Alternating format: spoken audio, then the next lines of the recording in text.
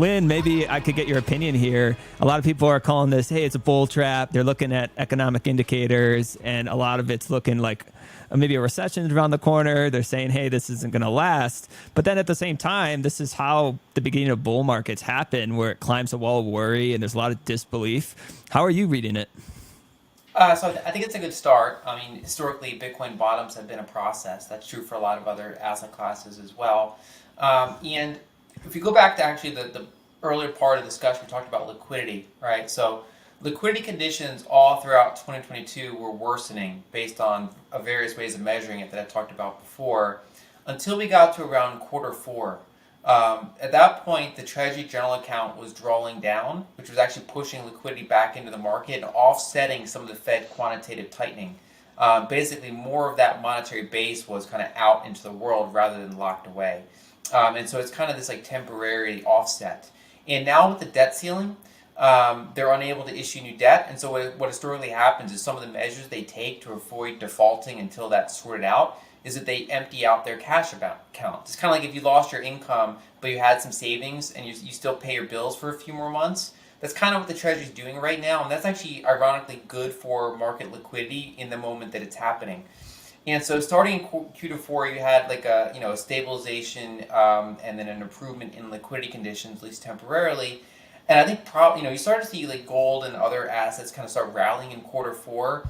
And I think you probably would have seen Bitcoin do something similarly, if not for the industry-specific blow-up that happened, FTX, Alameda. So I think some of what we saw in January is kind of like a delayed, function to kind of play catch up a little bit. Now that we're seeing a little bit more just boringness in the industry, it's able to catch some of that liquidity and start recovering. I do have some concerns around the second half of the year because once they resolve the debt ceiling, you're going to see the Treasury almost certainly try to suck back liquidity out of the market to fill back up its Treasury account. And if the Fed is still withdrawing liquidity at that time, you could have a rapid decrease in liquidity. So you could get negative retests, you could get consolidations, corrections. But it's unclear how this is going to play out. And it's possible that the Fed will not even be able to still be quantitative tightening at that time. It's possible that the Treasury will try to draw up very slowly. We don't know exactly when or how the debt ceiling is going to be resolved. So a lot of this is guessing game, and it's hard to say if Bitcoin, rallies and then corrects from whatever level it rallied to. It might not correct back down to where it is now, or it could, right? So I think basically traders, the professional traders are going to try to, get what they can out of it. But I think for the vast majority of people, I would just point to that it's by most metrics a kind of a deep value zone based on a lot of different metrics. I think it's attractive with a 3 to 5 year perspective. If you monitor the fundamentals of the network, if you think the network's healthy, if you think all the aspects are still working as intended, if you don't see that there's any sort of competitors that are anywhere near close to what Bitcoin offers, then I think it's a strong buy. And I would just caution that I do think that there is potentially a period of turbulence, in the second half of this year. Once some of this debt ceiling stuff's resolved, I think we still are not out of the woods yet there. Yeah, makes a lot of sense. Parker, what about you, man? How are you reading things? I align with Lyn on all of that. I'd say that I think that the Fed is the 800-pound gorilla in the room, and that I would precede that with saying that even in my view, if the Fed did not print another dollar, Bitcoin replaces the dollar. That Bitcoin is not dependent on the Fed printing money.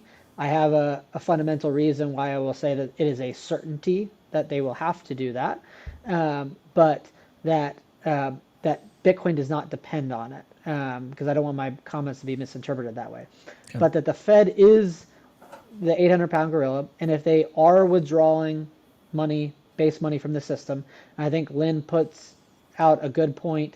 That was part of the rabbit hole that I went down with the Fed of like understanding how the Treasury account impacts the cash that's actually in the banking system, because it does impact like working. I kind of think about it as if the Fed is taking money out of the system, and then there's working capital going from the banking system to the Treasury and from the Treasury to the banking system, but the Fed is dictating the total supply of dollars.